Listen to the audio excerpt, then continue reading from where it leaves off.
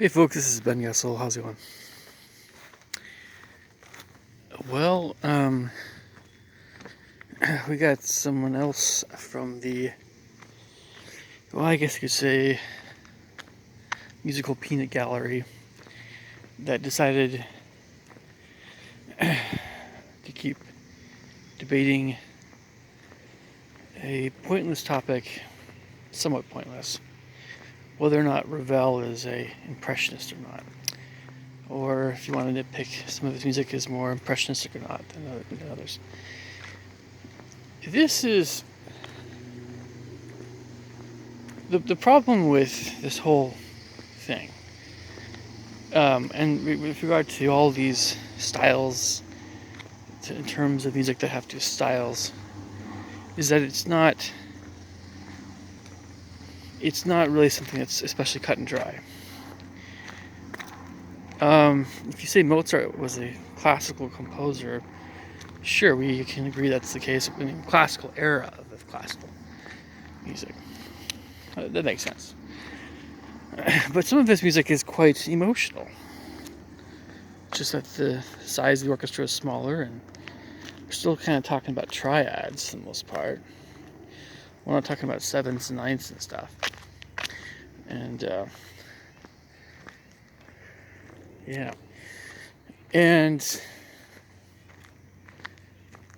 comparing Elgar to, I don't know, Schubert, it's like you could do it, I guess, but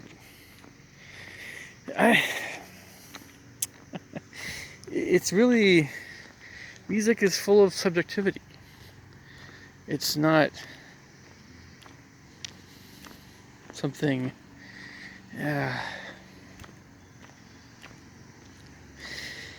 So, because you have to, anybody who talks about this stuff, you have to come into that kind of conversation with an understanding that these terms are really,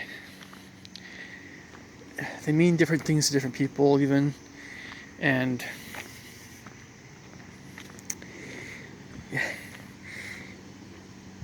okay.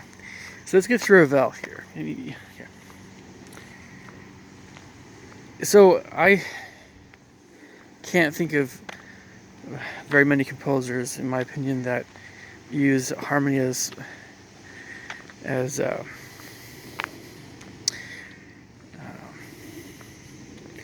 much sophistication as Ravel. This guy, in addition to being a master of orchestration, is a master of harmony. I have the utmost respect for Ravel, and Ravel had a lot more respect for Beethoven than himself, but he was way too hard on himself. Ravel understands harmony better than most composers. Period. No questions asked. By the way, Scriabin is extremely intelligent that was this way as well.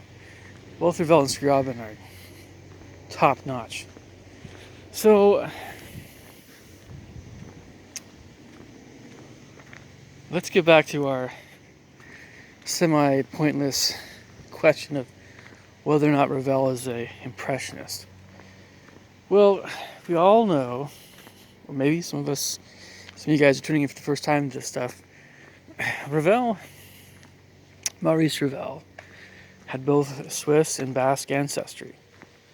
He was French, but so that's a little bit about him. This is all common knowledge. But he was very fond of Spanish music. So you have that element in his music. I've mentioned this before, by the way, that when you listen to Ravel, that you're going to get a lot of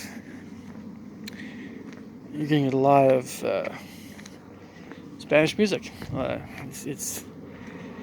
You're gonna be in Barcelona, Madrid. You're gonna be there. You will be there. It's look at the words of Manuel de Falla. Okay, so in addition to that element, you have,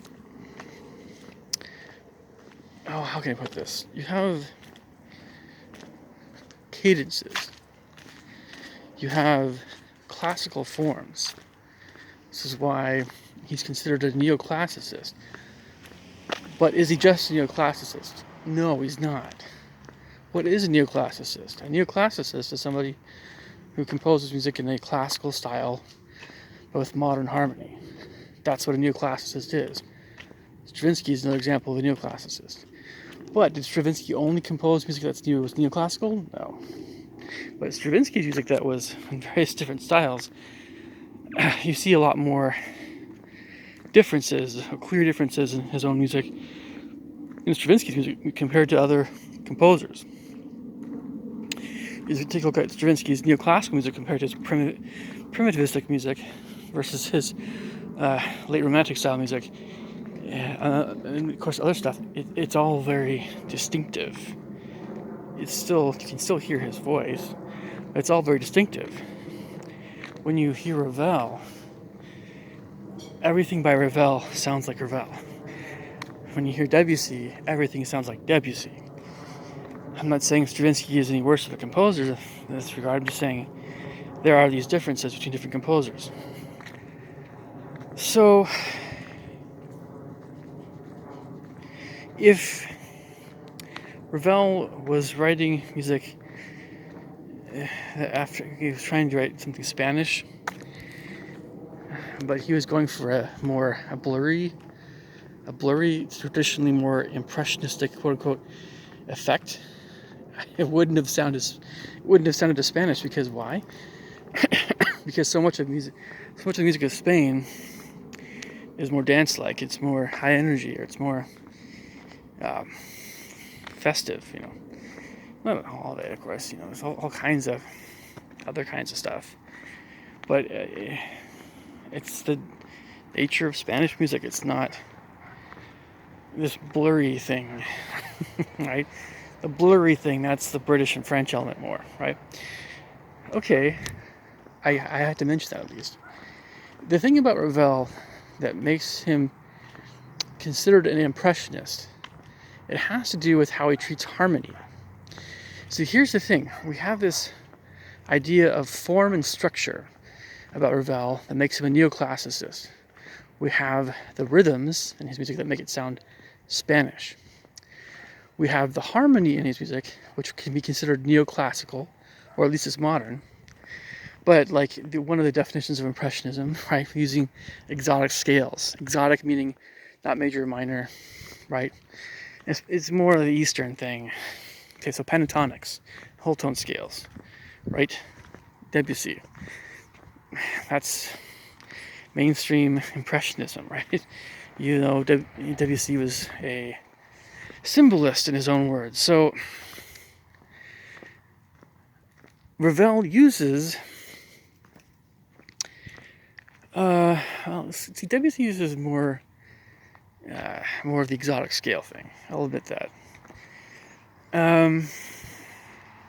But Ravel has this thing where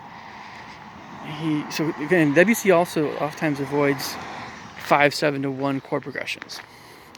He also avoids very strong harmony, or very strong emotions, or anything that's particularly there's a lot of music about Debussy that is not as direct in that respect. So, but with Ravel, I don't know. Should I get down this way? Why not?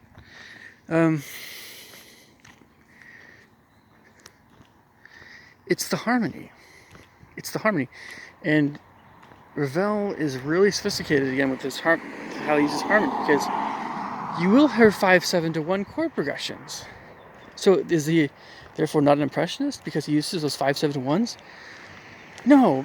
Well, I mean, it's kind of different, because you hear in Ravel him.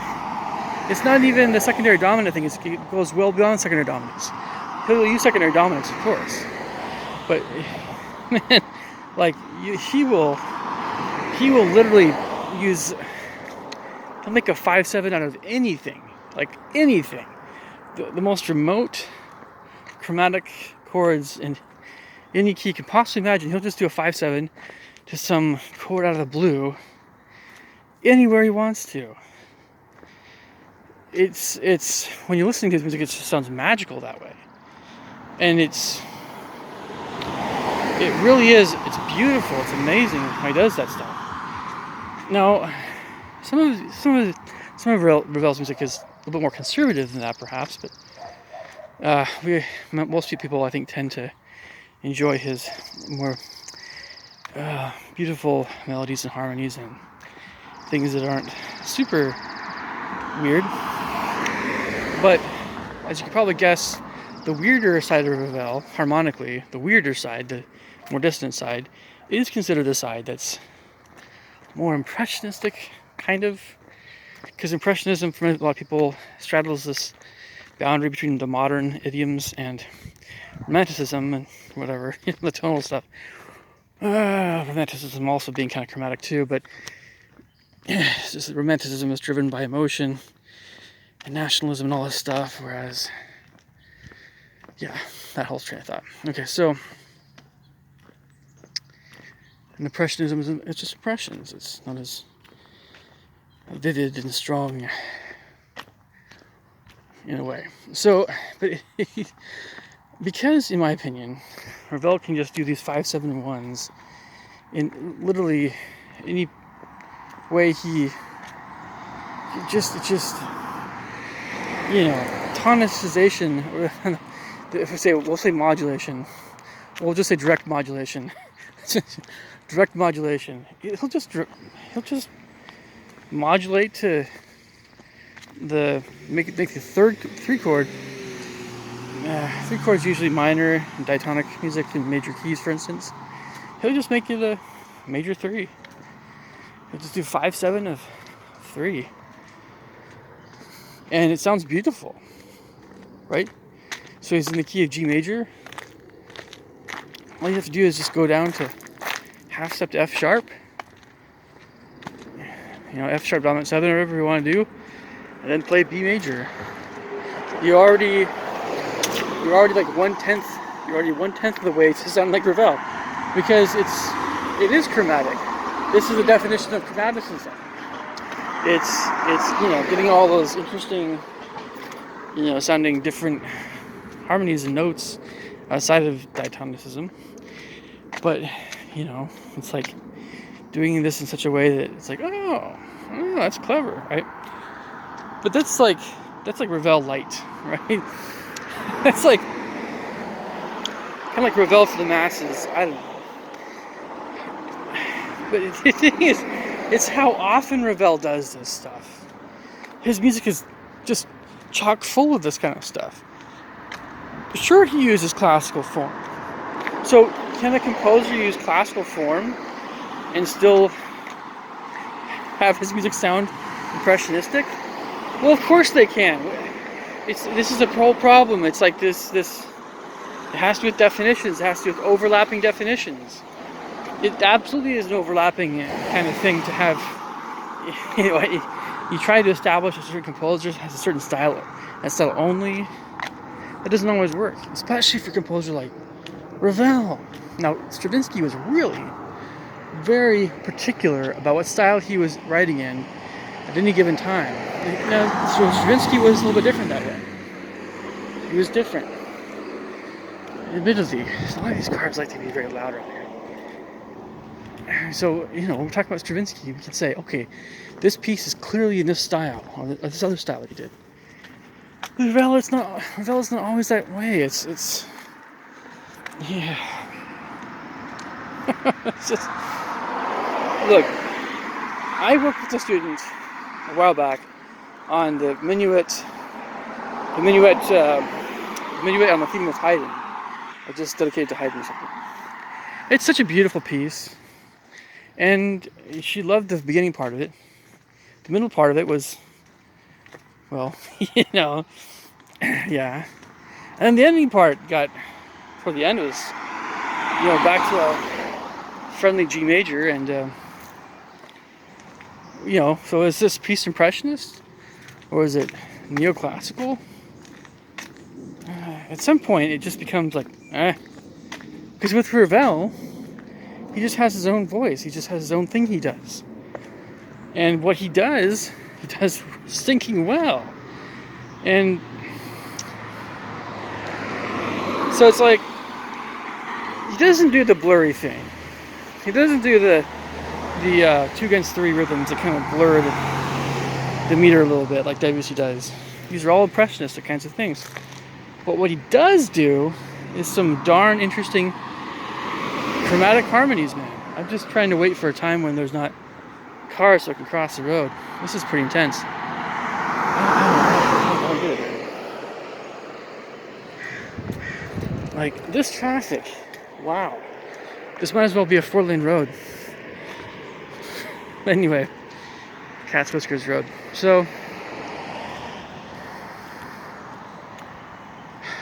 why do I consider Ravel an impressionist? Well, Ravel would not consider himself to be an impressionist, but neither would Debussy. And if both composers don't consider themselves to be impressionists, who is an impressionist? I could say Cyril Scott, maybe. Delius. Delius was avoiding any particular emotion to begin with. His music. You have the late 6, but they were kind of more dissonant a little bit. More dissonant than we often think with Impressionism, but kind of more modernist a little bit. But it just starts to lose its meaning. The whole idea behind Impressionism, because Impressionism was mainly about painting, right? Painting blurry stuff, not things that were very clear. So Ravel's music is clear, but some of it's not so clear. But it always sounds like Ravel. What isn't clear is what key you're in a lot of times, because it's so chromatic. That's not clear, but it's so beautiful because he uses 5/7-1s. But he uses 5/7-1s. One being, he'll just make a 1 out of anything, like I said before. It's how often he does that in some music more than others. And it's also, he won't even wince. He's not even shy about having some really strident dissonances that he doesn't treat in the same way that others do. I mean, it's the treatment of dissonances. It's another reason why he's considered an impressionist. And you don't... Okay. So you have 1, 4, and 5 or tonic, subdominant, and dominant harmonies in common practice art music. Right? Baroque, classical, romantic style. Or at least especially early to mid-romantic. Right? And, a lot of other music too. It's film and pop music and that sort of thing. So this is what most people are familiar with. When you hear impressionistic music, you'll have some of that, but you often won't. Again, you won't really have a lot of 5 or 5/7-1s. You won't have that chord progression very often. Like, it comes up in Clair de Lune, but this is why people like Clair de Lune, because it has that chord progression. Whenever it does come up, it's just like, oh, it's so beautiful. But it's not like it's happening a whole bunch, right? Long periods of time of just, where are we? That's what makes Impressionism, one of the things that makes Impressionism. It isn't clear. It's not clear where we're at. The home base kind of sounding me like tonic. Our home base versus, are we on a journey versus, are we about to go back home again? Right? The home being tonic, going on a journey being subdominant, going to the dominant being, oh, you're about to go back home again. This is the climactic point in this section or whatever. But yeah, Ravel has cadences. He has classical form. We just keep going on and on about this stuff. It's just going on and on in circles. All that Ravel ever did, this is why it's so silly. The only thing, Ravel it was just combining elements like this style and this style and this style and this style making it all his own, letting everybody debate about whether or not he was an impressionist or not. Some of his music sounds more like impressionistic supposedly than other stuff, but who's to say when that happens? It's all Ravel. He's always using funky harmony. Have you guys ever heard a piece by Ravel? Like the Pavane for the Dead Princess is probably one of his more tame works, right? Let's see, I'm going through the music in my head here. It is pretty tame. Would you say that the Pavane for Dead Princess is a romantic style piece? What makes it something sound romantic style? Is it emotional? No, it's not particularly emotional. It doesn't have very strong emotions. That's why it's an impressionistic piece. Impressionism doesn't suggest strong emotions. It never has. This is also kind of part and parcel of the whole French aesthetic. This is why music sounds French as opposed to German music and Russian stuff, you know. It's just a lot more suave and polite. Well, polite is in British, but you get the idea, right? It's not thunderous like Beethoven. You know, and you get sick and tired of these idiots online that just want to make music into math. I actually looked this up online. There's a, you know, you will have people saying Ravel doesn't quite fit the impressionistic aesthetic. Debussy himself did not consider his music to be impressionist. So what's the definition of impressionism? This whole idea of what's impressionistic is so subjective. It's so subjective. So I think, again, everybody has to realize how subjective the very topic is. Until people can realize how subjective it is, we're going to keep having this debate. And, you know, if Ravel was...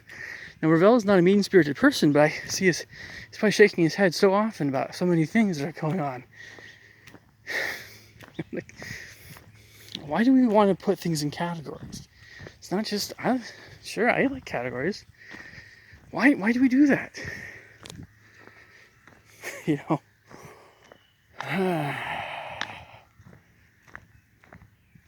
So here I am, like trying to explain to this person. No. Now, here's another aspect to this whole thing. It also has to do with how you were taught as a musician. What were you taught about this composer? And who taught you that? And you consider when someone else says something different than what you were taught, is that an affront to that person that taught you? Is that an affront to your own education? No, because, yeah, that's my whole point of this video is that Ravel was his own. He had his own style. So did Debussy. They're considered impressionists in a loose sense by music historians. You go online, you'll see the discrepancy still. But, see what I'm saying? They are and they're not. They are and they're not. I'm gonna wrap up this video. I just, you know, it's unwise to make music into something like arithmetic. Talk to you guys soon. Bye.